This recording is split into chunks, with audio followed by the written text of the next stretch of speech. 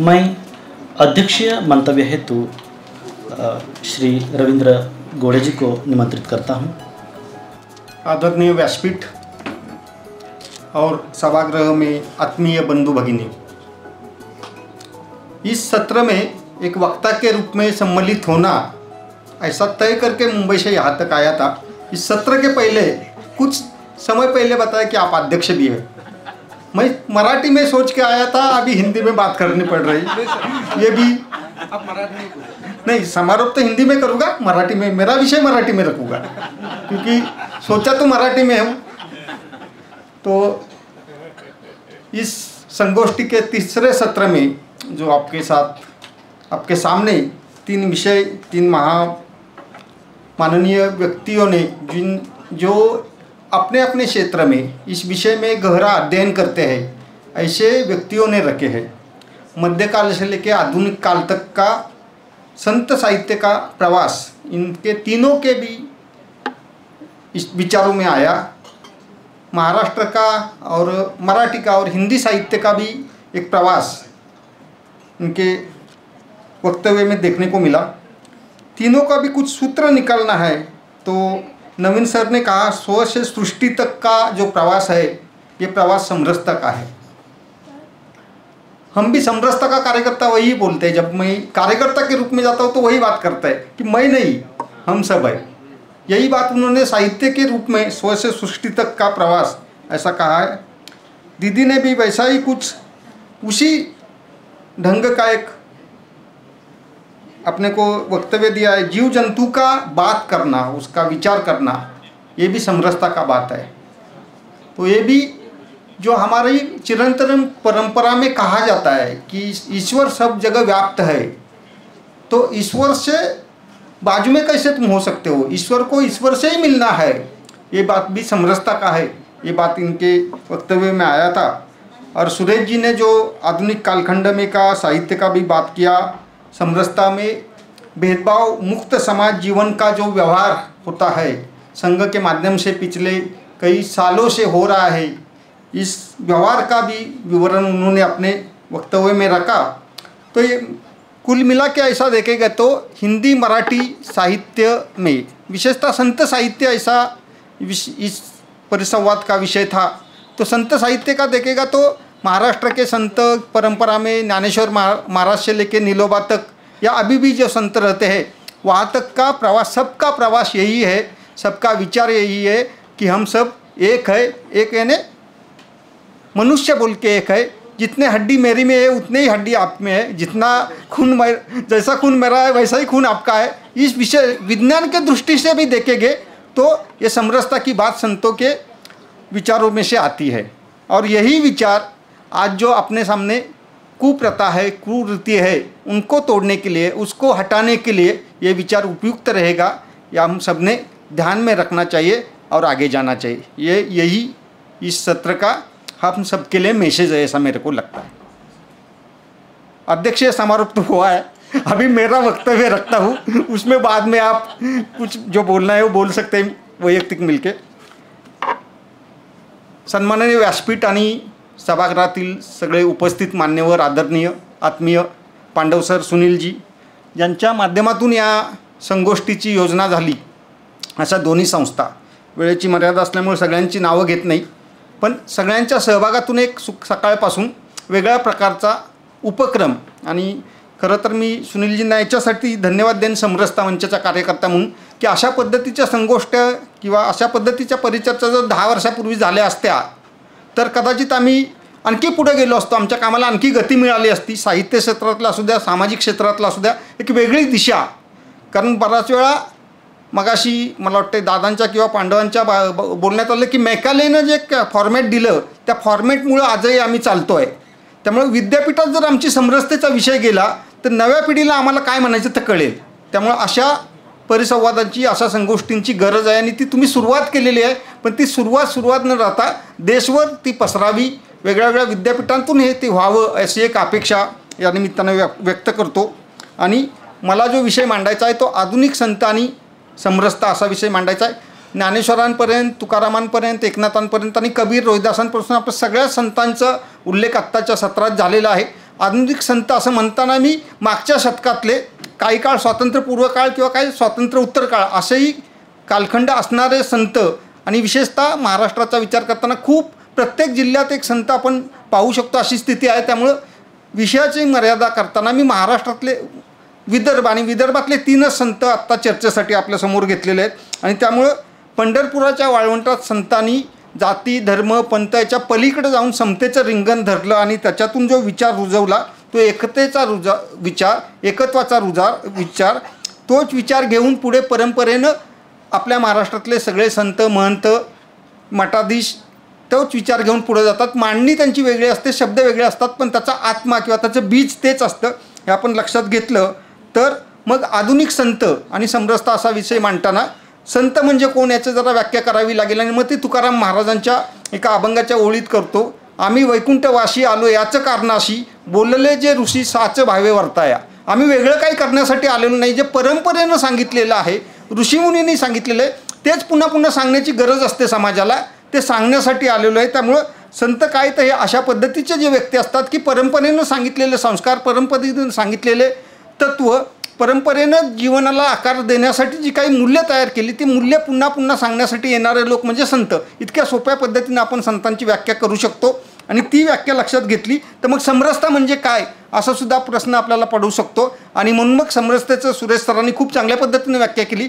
पण समरसतेची व्याख्या करताना मलाही माझ्या पद्धतीनं व्याख्या केली ती अशी. त्याच्यासाठी समरसता म्हणजे काय असं जेव्हा आपण भारतीय तत्त्वज्ञानाचा आधार घेतो की सगळे ईश्वराचे अंश आहेत, पुत्र नाहीत किंवा लेकरं नाहीत, पुत्रांनी लेकरं वेगळे असतात, आपण अंश आहोत, असं जर असेल तर मग समरसतेची गरजच नव्हती. पण ते अंश असताना सुद्धा निसर्ग निर्मित काही भेद निर्माण झाले आणि त्या भेदाच्या आधारे समरसता विसरून आम्ही एकामेकाकडे पाहायला लागलो.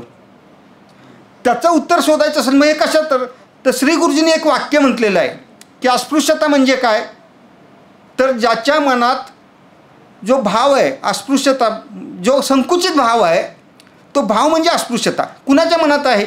समजा मला जर आपल्या समाजानं अस्पृश्य म्हणून गणलं असेल, माझ्या पिढीजात परंपरेत मागच्या 7 पिढ्यापासून मी अस्पृश्य म्हणूनच आहे असं गणलं असेल तर मी अस्पृश्य नाही आहे. तुमच्या जे मला 7 पिढ्यापासून अस्पृश्य म्हणतात त्यांच्या मनातला भाव अस्पृश्यतेचा आहे, त्यामुळे ते अस्पृश्य आहेत. त्यामुळं उत्तर कुठं करायचं आहे, उपचार कुठं करायचा आहे, औषध कुठं द्यायचं आहे तर ज्यांच्या मनात तो भाव आहे तिथं तो द्यायचा आहे. त्यामुळे समरसतेचा विचार करताना समरसता म्हणजे एका व्यासपीठावर आलो आणि मी भाषण केलं म्हणजे समरस नाही. तर माझ्या शेजारी बसलेली ताई संभाजीनगरमध्ये राहते पण कुठल्या एरियात राहते असा भाव जर माझ्या मनात येत असेल तर मी समरस नाही आहे. ती ताई आहे, भारतीय आहे म्हणजे माझी बहीण आहे हा भाव येत असेल तर समरसता आहे. मुंडे सर फुलंब्रीतनं येतात पण मुंडे म्हणजे कोण? कारण मुंडे म्हणजे आम्हाला आता बळाच काय काय कळायला लागतं. मग असं जर येत असेल तर मग समरस नाही. त्यामुळं समरसता म्हणजे काय सुद्धा संतांनी सांगितलेली समरसता आणि व्यवहार्य समरसता याचा आपल्याला विचार करावा लागेल. संतांचं समरसता गेले 700 वर्षाची आपल्याला परंपरा आहे तरीसुद्धा प्रॉब्लेम आहे. याचा अर्थ संतांची समरसता चूक आहे अशातला भाग नाही. संतांची समरसता आहेच, ती आधारभूत आहे, दीपस्तंभासारखी आहे, पण व्यवहारात काय आपण आहोत याचा विचार करावा लागेल आणि त्या दृष्टीनं समरसतेचा विचार करायचा. म्हणून मग आधुनिक काळातल्या संतांचा मी विचार केला आणि मग तो विचार करत असताना 2 प्रसिद्ध संत आणि एक तशा अर्थानं अप्रसिद्ध संत यांचा विचार करण्याचा प्रयत्न आपल्यासमोर विचार मांडण्याचा प्रयत्न करतो आहे. समरसतेचा भावार्थ असा आहे की आपल्याला भेदमुक्त समतायुक्त एकात्म समाज जीवन उत्पन्न करायचं आहे. पण समाज नावाची कुठली वस्तूच नाही आहे आपल्याकडं. असे आहे का? नाही आहे. त्या समाज नावाच्या वस्तूचं एकक आपण सगळे आहोत. तुम्ही जर सगळे म्हणालात ना की मी समाजाचा घटक नाही तर समाजच राहणार नाही.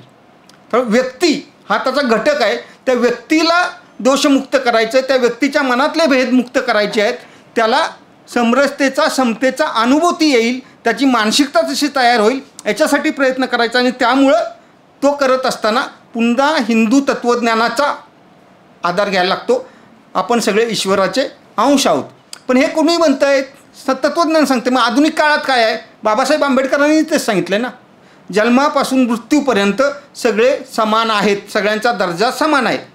हिंदू मात्रांच्या जन्मसिद्ध हक्कांचा जाहीरनामा बाबासाहेबांनी महाडला मांडला आणि त्यातलं वाक्य आहे, त्यामुळं ते तत्त्वज्ञान वेगळ्या शब्दात बाबासाहेबांनी मांडलेलं, मग तेच तत्त्वज्ञान संतांनी सांगितलेलं आधुनिक काळातले संत कसे मांडतात याचाही आपल्याला विचार करायला लागेल. आणि तो विचार करत असताना त्या संतांची साहित्य रचना, त्यांची प्रवचनं, त्यांची कीर्तनं, त्यांची अभंगवाणी याचा विचार करूच, पण त्यांच्या कृतीवर जास्त आपण विचार करू किंवा कृतीचा भर याच्यावर आपण लक्ष देऊ असा विचार करून आपल्यासमोर मांडणी करतो आहे. विदर्भातले माझ्या मांडणीतले पहिले संत आहेत गणपती उर्फ हरी महाराज. अमरावती जिल्ह्यातलं मंगरुळ दस्तगीर नावाचं गाव आहे. 1887 साली त्यांचा जन्म झालेला आहे. बालपणापासूनच अध्यात्माची आवड, संत सहवास, योग्य गुरुचा लाभ होणं आणि त्याच्यातून त्यांची आध्यात्मिक उन्नती होणं ही त्यांचं चरित्राचा भाग आहेच.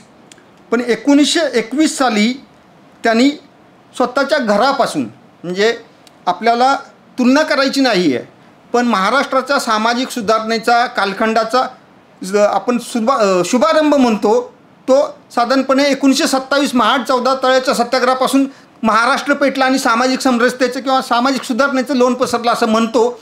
तेव्हा या गणपती महाराजांनी 1921 साली स्वतःच्या घरात 5 अस्पृश्य बोलवले आणि त्यांना चुलवानापासून देवघरापर्यंत, म्हणजे स्वयंपाकघरापासून देवघरापर्यंत सगळीकडे फिरवलं आणि एकत्र जेवले, कुठेही गाजावाजा न करता, म्हणजे कृतीवर भर. मग त्यामुळं बाबासाहेबांचं आंदोलन छोटं होतं असं नाही, किंवा गणपती महाराजांनी केलेलं खूप मोठं होतं असंही नाही, पण तो जो त्या कालखंडातला विचार आहे, सुधारणेचा विचार आहे, तो वेगळ्या वेगळ्या मार्गाने कसा प्रकट होतो हे आपण लक्षात घेतलं पाहिजे. आणि हे 21 साली अशा पद्धतीनं सगळ्यांना घरात प्रवेश देणारे गणपती महाराज 1929 साली स्वतःच्या खाजगी देवालय असा एक प्रकार असतो, आपल्याला माहिती आहे का, सार्वजनिक देवालय आणि खाजगी देवालय, की गोळ्यांचं हे मंदिर आहे, त्या मंदिरावर लिहिलेलं असतं गोळ्यांचं विष्णू मंदिर असं असतं, तसं त्या महाराजांचं खाजगी मंदिर होतं. ते मंदिरसुद्धा त्यांनी सगळ्यांसाठी खुलं केलं आणि तिथे सगळ्यांना दर्शनासाठी लाभ द्यायला सुरू केला. पुढं तेव्हा जे आपण जातो तेव्हा या महाराजांनी त्यांच्या गावाच्या शेजारून मांडू नदी वाहते, त्या मांडू नदीच्या दोन्हीकडे या किनाऱ्यावर त्या किनाऱ्यावर असणाऱ्या 4-5 गावातल्या लोकांना एकत्र केलं आणि एकत्र काल्याचं भोजन, म्हणजे वारकरी परंपरा ज्याला माहिती आहे किंवा संत परंपरा ज्याला माहिती आहे त्याला काल्याचं कीर्तन आणि काल्याचा प्रसाद माहिती असतो. यांनी काल्याचं भोजन आपल्या घरच्या शिदोऱ्या बांधून आणा, ते एकत्र करूया आणि त्याचा प्रसाद वाटूया, अशा माध्यमातून त्यांनी सामाजिक समरसतेचं एक कृतिरूप आदर्श उभं केला. आणि त्याच्यातून मग हळूहळू आसपासच्या परिसरात त्याच्यातून एक चांगल्या प्रकारचं परिवर्तन घडताना दिसून आलं. त्यामुळं यांच्या जेव्हा गणपती महाराजांच्या आपण कामाचा किंवा तत्त्वज्ञानाचा विचार करतो तेव्हा ते 4 गोष्टी सांगितल्यात. ते म्हणतात की आधुनिक काळात 4 वेद काय आहेत, तर ज्ञान महत्त्वाचं आहे, त्याच्यानंतर शक्ती महत्त्वाची आहे, व्यवहार महत्त्वाचा आहे आणि सेवा महत्त्वाचा आहे. या 4 गोष्टी म्हणजे आजच्या काळातले वेद आहेत असं ते म्हणतात. हे 1935 सालच्या आधी म्हणतात हा, कारण 1935 पासून पुढे 9-10 वर्ष ते मौन होते. म्हणजे 44ला त्यांनी समाधी घेतली, पण 35च्या आधी ते म्हणतायत की हे 4 गोष्टी म्हणजे वेद आहेत. आज जेव्हा आपण आधुनिक विज्ञान किंवा नवीन जागतिक याच्यात पाहतो परिपेक्षात, तेव्हा 4 गोष्टींना किती महत्त्व आहे बघा. ज्ञानाला किती महत्त्व आहे, शक्तीला किती महत्त्व आहे, आणि शक्ती वेगळ्या वेगळ्या प्रकारची आहे, अर्थशक्ती आहे, मनुष्यशक्ती आहे, तर सगळ्याच शक्तीला किती महत्त्व आहे ते बघा. व्यवहाराला महत्त्व आहे आणि सेवेला महत्त्व आहे.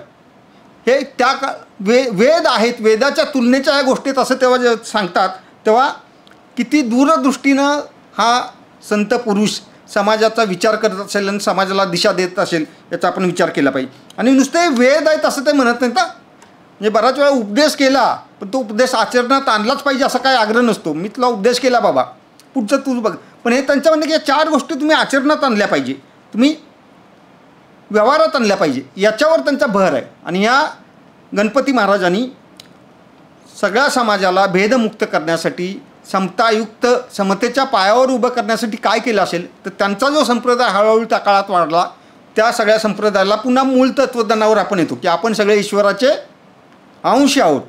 असं त्यांनी आपल्या शिष्यांना सांगितलं की आपण सगळे ईश्वराचे अंश आहोत, त्यामुळे आपल्याला ईश्वरालाच जात नाही ना.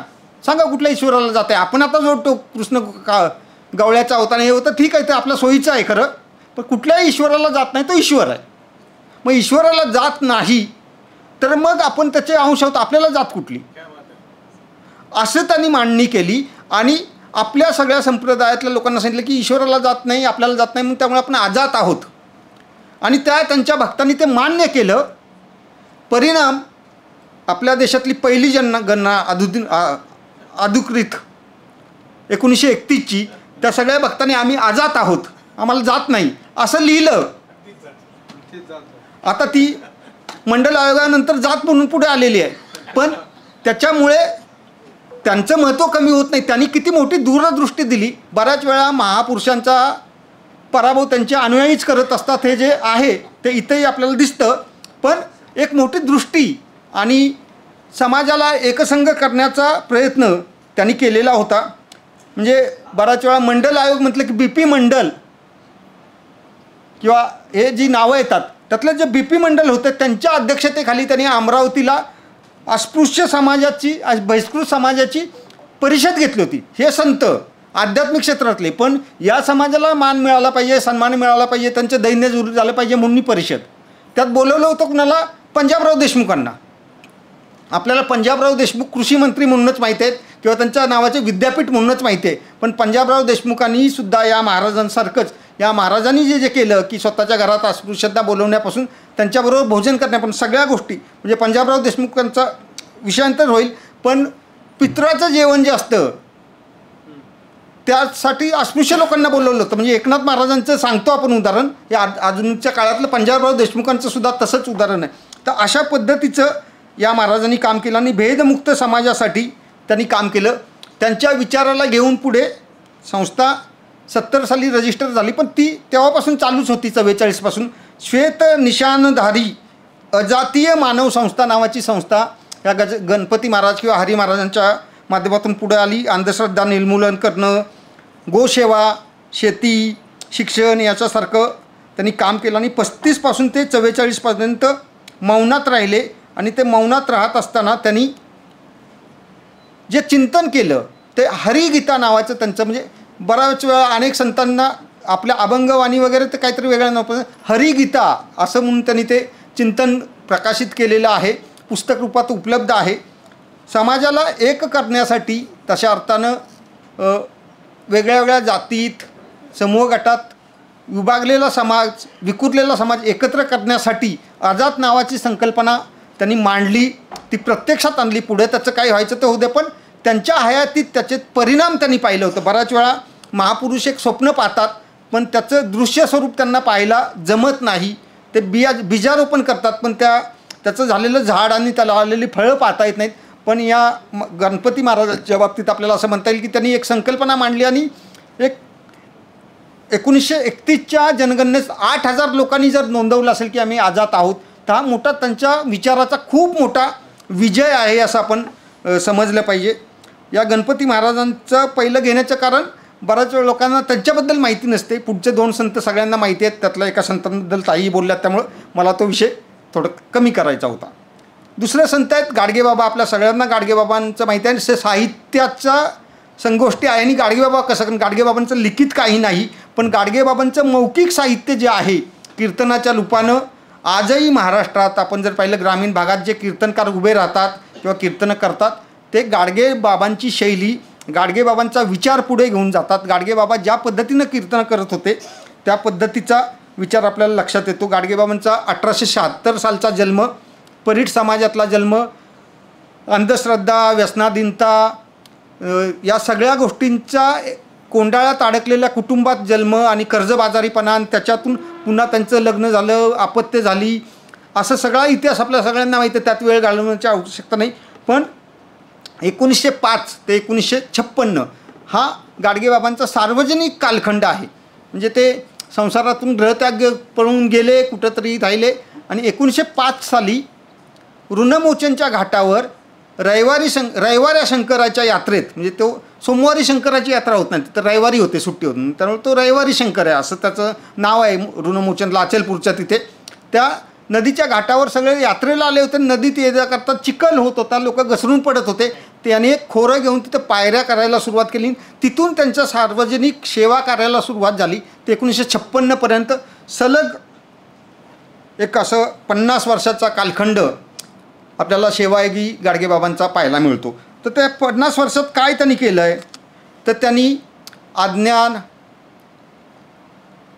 अंधश्रद्धा, अंधविश्वास यांच्यावर प्रहार केलेले आहेत. म्हणजे गाडगेबाबांच्या बाबतीत एक सुंदर वाक्य मी दत्ता भोसलेंच्या पुस्तकात वाचलेलं. ते वाक्य असं आहे की गाडगेबाबा एखाद्या गावात हातात झाडू घेऊन येत, हातच्या झाडून गाव स्वच्छ करत आणि कीर्तनात उभं राहत आणि आपल्या वाणीनं लोकांची मनं साफ करत, स्वच्छतेचं काम करत. आता मनं साफ करणं हे सोपं काम नाही. मन साफ करणं म्हणजे समरसतेचं काम आहे. ज्याचं मन साफ नाही तिथं समरसता नाही, कारण तिथं भेद आहे ना. तो भेद काढायचा असेल तर स्वच्छता केली पाहिजे, साफसफाई केली पाहिजे. आणि हे साफसफाईचं काम, स्वच्छतेचं काम गाडगेबाबांनी खूप चांगल्या पद्धतीनं केलेले आहे. त्यामुळं शिक्षण, आरोग्य, व्यसनमुक्ती, श्रमप्रतिष्ठा, सेवा, सदाचार या आधुनिक काळातली ज्याला आपण मूल्य म्हणतो किंवा संस्कार मूल्य म्हणतो, याच्यावरचं त्यांचं सगळं काम हे दिशादर्शक आजही. म्हणजे गाडगेबाबांनी जी विजन ठेवली, वेगळ्या वेगळ्या ठिकाणच्या धर्मशाळा बांधण्याची असू देत किंवा रोगी किंवा आजारी लोकांच्यासाठी सेवा उपलब्ध करून देण्याची असू देत, ही पाहिली तर गाडगेबाबांची किती दूरदृष्टी मोठी होती किंवा समाजाबद्दल कळवळा किती होता आपल्याला लक्षात येईल. त्यांचं जे काही सूत्ररूप विचार आहे तर ते काय म्हणतात की आजच्या काळात काय आहे तर बंधुभाव हाच खरा रोकडा धर्म आहे. तुम्ही एकामेकाशी भावाप्रमाणे वागा. आज भाऊ कोर्टात जातात वगैरे ठीक आहे, पण भावाप्रमाणे वागा म्हणजे काय तर एक भाऊ दुसऱ्या भावाची काळजी कशी घेईल. राम आणि भरत, राम आणि लक्ष्मण हे जे काय आपले आदर्श आहेत भावाचे, या आदर्शासारखं जगा. आणि तसं जगायला लागलात ना की बाकी काही करायची गरज नाही. मग तुमचा बंधुभावाचा धर्म हाच रोकडा धर्म आहे असं ते सांगतात. आणि म्हणून मग तो करत असताना काय काय केलं पाहिजे. भुकेलेला अन्न द्या, ताणलेला पाणी द्या, जो उघडा नागडा आहे त्याला कपडे द्या, गरिबाला शिक्षण द्या, अपंगाला औषधं द्या, बेकारांना रोजगार द्या. हाच धर्म आहे आणि हीच देवपूजा आहे असं ते सांगतात. आणि ते करत असताना एका बाजूला जेव्हा तत्त्वज्ञान सांगतात ते, तेव्हा दुसऱ्या बाजूला काही व्यवहारीय उदाहरणं पण आहे. म्हणजे हे सगळं करा म्हणून सांगतात, पण ज्यांना आपल्या गढूळ मानसिकतेमुळे, आपल्या मनातल्या दुजाभावामुळे, आपल्या मनातल्या गाळामुळे आपण आपल्याच बांधवांना बाजूला ठेवले, त्यांचं काय हा प्रश्न त्यांच्या मनात कायम राहिला. आणि पंढरपूरच्या वाळवंटात आषाढी एकादशीला सोनोपंत दांडेकरांना त्यांनी प्रश्न विचारला की बघा तुम्ही सोनोपंत दांडेकर हे ज्ञानेश्वरीचे अभ्यासक, वारकरी संप्रदायाचे अर्धयू म्हणून सगळ्यांना मान्य आहेतच. त्यांना गाडगेबाबांनी प्रश्न विचारला, बघा तुमचा एवढा सगळा व्यासंग आहे, पांडुरंगाकडे एवढी तुमच्या वशीला आहे, तर असं करा, हे सगळे आम्ही महाराज आहेत ना, सगळ्यांना एकदम ब्राह्मण करून घ्या. म्हणजे जाती मिटवण्यासाठी या पंढरपुराची ख्यातीच ती आहे की इथं जाती गळून पडतात. पण ती पंढरपुरात आहे ना, महाराष्ट्राचं काय. पंढरपुरात आल्यावर सगळ्यांच्या जाती गळून पडतात, सगळे हरिभक्त होतात, सगळे वारकरी होतात, सगळे एका काल्याचा प्रसाद खातात. पंढरपुराच्या शिवेच्या बाहेर गेल्यावर काय, प्रत्येकजण आपल्या जातीत जातो. म्हणून सगळ्यांना ब्राह्मण करून घ्या, सगळ्यांना वारकरी करून घ्या असं ते आव्हान करतात. आणि म्हणून मग जेव्हा गाडगेबाबांचा आपण विचार करतो ना, तेव्हा गाडगेबाबांच्या मार्गदर्शनातून असंख्य शिष्य, असंख्य साधू असे आपल्याला पूर्ण महाराष्ट्रभर विखुरलेले दिसतात. किंवा ज्यांनी मोठी कामं सुरू केली, कर्मवीर भाऊराव पाटलांसारखं काम, त्यांच्या पाठीमागं गाडगेबाबा उभं राहतात. आंबेडकरांचं काम, त्याच्या पाठीमागं गाडगे उभा राहतात. हे कशासाठी तर समाजात जे परिवर्तन घडवून आणायचं, समाजातल्या भेदमुक्त समाजाला उभं करायचं आहे, समाजातली दुरी दूर करायची आहे आणि माणूस म्हणून जगण्याची उर्मी प्रत्येकाच्या मनात प्रज्वलित करायची आहे. ही उर्मी कुणाला देता नाही येणार, ती इंजेक्ट नाही करता येणार, ती प्रत्येकाच्या मनात आहेच. फक्त त्याच्यावर भेदभावाचं शेवाळ दाटलेलं आहे, कचरा दाटलेला आहे. तो कचरा बाजूला करून त्याचं मन स्वच्छ करायचं आहे आणि त्याला माणूस म्हणून जगण्याची आणि समोरच्याकडे माणूस म्हणून पाहण्याची उर्मी द्यायची आहे. हे काम गाडगेबाबांनी केलेलं दिसतं. पुढचे जे संत आहेत, मगाशी उल्लेख आला राष्ट्र संत तुकडोजी महाराजांचा. तुकडोजी महाराजांच्या बालपणातली गोष्ट आहे. विदर्भ म्हटलं की कडकडीत ऊन असतं आणि त्या उन्हात एकदा भर दुपारी एका शंकराच्या मंदिरात, आपल्याला माहिती आहे शंकराचा गाभारा थंडगार असतो, त्या थंडगार गाभारात एक बाळ बसलेलं असतं 5-6 वर्षाचं. आणि ते पुजारी येतात आणि त्यांना वाटतं की हे बाळ काहीतरी आतली दक्षिणा वगैरे चोरण्यासाठी आलेलं, आणि ते हाकलून देतात त्याला मंदिरातनं काढून त्या वाळवंटात वाळलेल्या अशा याच्यात पडतो बाळ आणि तो तिथं उठून प्रतिज्ञा घेतो. ते पुजाऱ्याला सांगतं की तू आज मला मंदिरातनं बाहेर काढलंस ना, उद्या तुझ्या मंदिरातला देव मी बाहेर आणेन आणि समाजात त्याला नाचवेन. ते माणिक म्हणजे राष्ट्रसंत तुकडोजी महाराज. तुकडोजी महाराजांची ग्रामगीतेचा मगाशी उल्लेख केला. 30 एप्रिल 1909 सालचा त्यांचा जन्म आहे आणि 1923 ते 1925 हा त्यांचा वनांतर आणि समाज जागृतीचा कालखंड आहे. या समाज जागृतीच्या कालखंडात त्यांनी सामाजिक समतेचा आणि सामाजिक समरसतेचा आपण जेव्हा विचार करतो ना, तेव्हा त्यांनी जे सप्ते भरवलेले आहेत सगळ्या समाजाचे, एकत्रायचं सप्ताह आणि त्याचा प्रसाद वाटप करण्याची जी पद्धत आहे ना, ती जरी सांगितली तर त्यांचं समाजातल्या शेवटच्या घटकाकडे किती लक्ष होतं. जो शेवट आहे, मळलेला आहे, दळलेला आहे, त्याला वळ आणायचं आहे, त्याला सक्षम करायचं आहे, त्याला बळकट करायचं, काय विचार केला पाहिजे. त्या सप्त्याचा प्रसाद वाटताना कोरकू समाजाचा माणूस असेल त्याला 8 लाडू द्यायचे, महार समाजाचा असेल त्याला 4 लाडू द्यायचे, मराठा असेल त्याला 2 द्यायचे आणि ब्राह्मण असेल त्याला 1 लाडू द्यायचा. प्रसाद वाटताना हा भेदभाव त्यांनी केलेला आहे.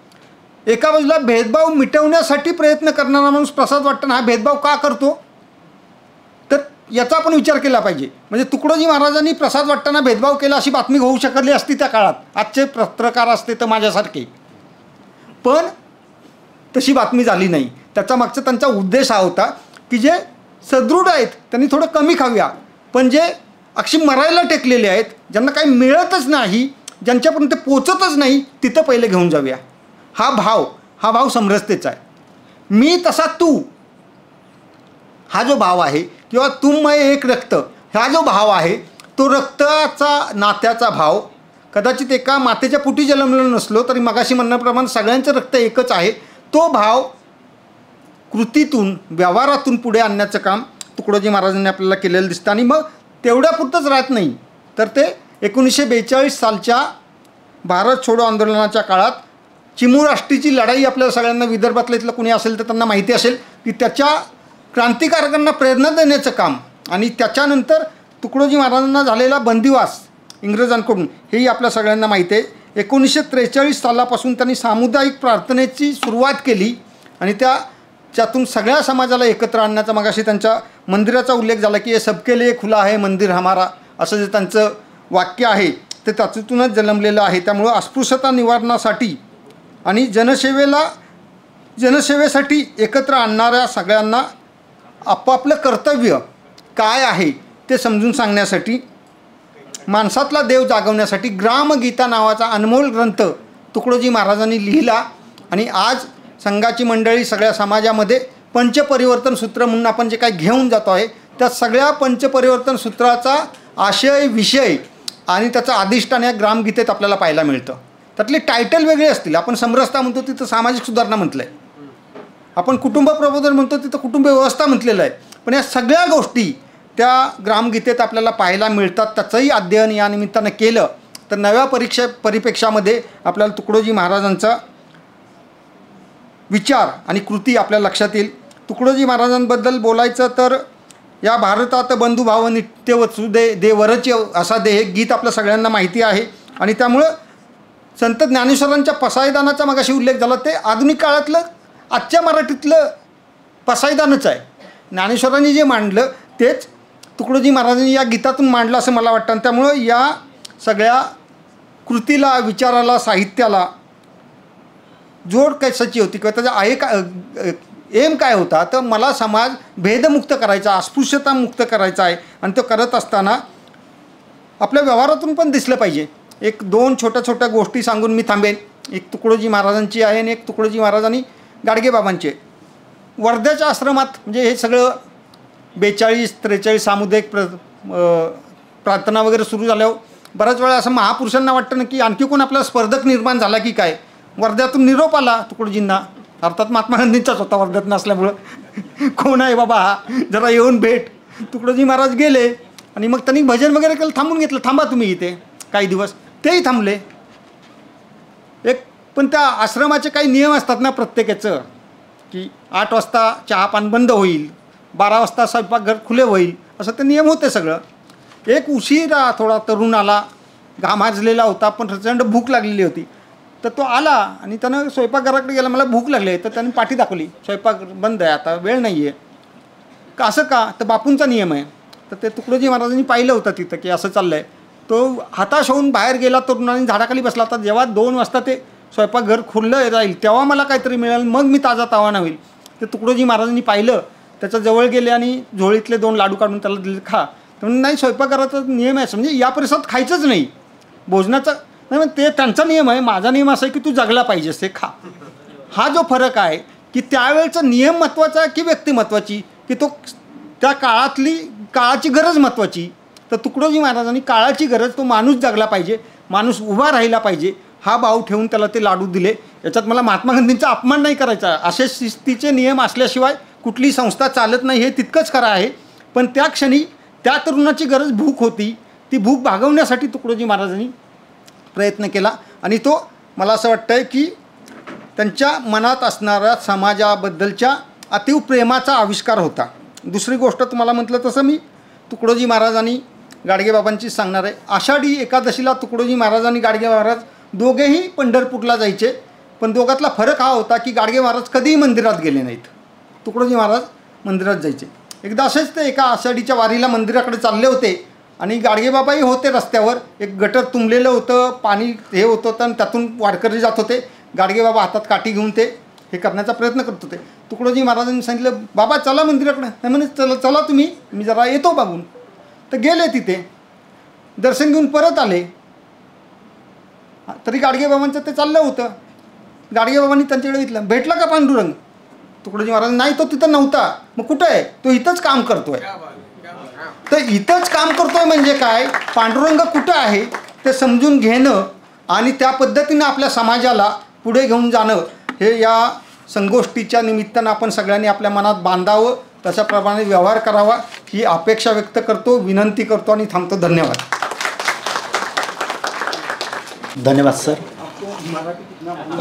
नक्कीच गणपती महाराज, गाडगेबाबा महाराज, संत तुकडोजी महाराज यांच्या तत्त्वज्ञानातून समरस व्हायचे असेल तर भेदाभेद आणि सर्व जे भेद आहेत ते मिटवून माणसाला माणूस म्हणून जर वागवायला सुरुवात झाली तर संपूर्ण विश्वच समरस होईल किंवा होत आहे, ही भावना तुम्ही व्यक्त केलेली आहे. ह्या सत्रामध्ये 4 वक्त्यांनी आपापली मतं व्यक्त केलेली आहेत. सामाजिक समरसता, त्याच्यानंतर आधुनिक संत आणि समरसता, वेगवेगळ्या साहित्यामधून संतांच्या वाणीमध्ये आलेली समरसता आदी विषयांवर अपने मंतव्य व्यक्त केले हैं. अभी हम संगोष्ठी के इस द्वितीय सत्र के अंतिम पड़ाव पर हैं और मैं डॉक्टर सागर चौधरी जी को निमंत्रित करता हूं आभार ज्ञापन के लिए. केंद्रीय हिंदी निर्देशालय, शिक्षा मंत्रालय, भारत सरकार तथा central Hindu military education society, Bhonsala military college Rangbhoomi Nashik द्वारा आयोजित संगोष्ठी. विषय हिंदी और मराठी साहित्य में अभिव्यक्त सामाजिक एवं सांस्कृतिक समरसता. आज के द्वितीय सत्र और अंतिम सत्र के इस समारोह के में हम उपस्थित हैं.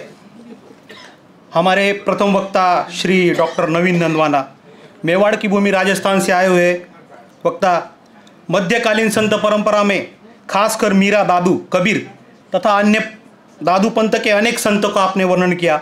अनेक उदाहरण आपने दिए, यहाँ पर अनेक विशेष चिंतन को उद्धृत किया. मैं सर के लिए बस 2 पंक्ति प्रस्तुत करना चाहूँगा. वाजिद की पंक्ति है, कवि वाजिद की. वाजिद मतलब संत परंपरा के नहीं, समकालीन कवि वाजिद. दोनों तरफ लिखा हो भारत, दोनों तरफ लिखा हो भारत, सिक्का वही उछाला जाए. दोनों तरफ लिखा हो भारत, सिक्का वही उछाला जाए. तू भी है राणा का वंशज, फेंक जहाँ तक भाला जाए. तू भी है राणा का वंशज, फेंक जहाँ तक भाला जाए. दूसरे हमारे वक्ता डॉक्टर विशाला शर्मा, संत सिंगा और निमाड़ी भाषा का रिश्ता इन्होंने प्रस्तुत किया. संत साहित्य की सांस्कृतिकता का अद्भुत चित्रण आपने किया. संस्कृति के साथ साथ त्याग और समर्पण की भावना, विशेषतः राम साहित्य में आए हुए अनेक अंश इन्होंने प्रस्तुत किए. मैं मैम के भाषण में जो समर्पण प्रस्तुत हुआ है, मैं उनके लिए प्रसाद की 1 पंक्ति 2 पंक्तियाँ प्रस्तुत करना चाहूँगा. नारी तुम केवल श्रद्धा हो। ये दूसरी पंक्ति का अंश है, पहली पंक्ति का नहीं है। क्या कहती हो ठहरो नारी, संकल्प अश्रु जल से अपने, तुम दान कर चुकी पहले ही जीवन के सोने से सपने, नारी तुम केवल श्रद्धा हो। हमारे तीसरे वक्ता डॉक्टर सुरेश मुंडे, सामाजिक एवं सांस्कृतिकता में एकात्मता का भाव, तब इनके भाषण में प्रस्तुत हुआ। बोलियां अनेक है, टोलियां अनेक है, कंठ भी अनेक है, राग भी अनेक है, किंतु गीत बोल एक है, हम अनेक है किंतु एक है। इस प्रकार के भाव इनके भाषण में प्रस्तुत हुए। उसके पश्चात अध्यक्षीय भाषण रविंद्र गोड़े सर का, शुरुआत इन्होंने अत्यंत मजाकिया दृष्टिकोण से यहाँ पर प्रस्तुत हुए। फिर बाद में दलित और संत साहित्य को जोड़कर इन्होंने जो अपना मंतव्य प्रस्तुत किया है, अत्यंत मौलिक रूप से प्रस्तुत किया। ज्ञान, शक्ति, व्यवहार और सेवा, ये 4 स्तंभ इनके भाषण में थे। और संत तुकडो जी और गाडगे बाबा तथा गणपति नामक संत है, मैं भी उनसे अनजान था, सभी छात्रों को भी उनका परिचय हुआ। कर्मवादी विचार आपने प्रस्तुत किए। गांधी जी और तुकडो जी का जो समीप व्यवहार हुआ, यह भी आपने प्रस्तुत किया। सर ने कर्मवादी विचार प्रस्तुत किए। और प्रथम सत्र से लेकर अंतिम सत्र तक मैं सभी मान्यवरों के यहाँ नाम अवश्य लेना चाहूँगा, क्योंकि इस सत्र का अंतिम हिस्सा है। श्री रविंद्र शिंगणापुरकर, माननीय डॉक्टर सुनील कुलकर्णी, निदेशक केंद्रीय हिंदी निर्देशालय, पद्मश्री भिकूजी इदाते, डॉक्टर नारायण शर्मा सर, मी सांगू इच्छितो की मी या मंचाचा नातू शिष्य आहे, मैं पोता शिष्य हूँ, क्योंकि नारायण शर्मा सर के शिष्य अवस्थी सर है और अवस्थी सर का मैं शिष्य हूँ। तो और संयोजक पूर्णिमा झेंडे मैम और सभी आपकी टीम जो है, मैम खाना बहुत बढ़िया था, समरसता के दृष्टिकोण से पूरनपोली, सभी अन्य राज्य के लोगों को भी इसका आनंद मिला। Doctor Pramod Pawar, doctor Hukumchand Meena, doctor Dinesh Naik, प्रथम सत्र के आभार प्रदर्शन संगीता देशमुख, सूत्र संचालक Ganesh Shekokar, doctor Valvi sir, doctor Sandeep Tapase, संस्था के chairman Vijay Prasad Awasthi sir, doctor Nana Saheb Gore, गुरुवर्य जोगेंद्र सिंह बिसेन सर, प्रथम सत्र के मान्यवर सौ शोभाताई पैठणकर, डॉक्टर संदीप रंभीरकर, श्री रमेश पांडव, यहाँ पर अन्य मान्यवर भी उपस्थित है,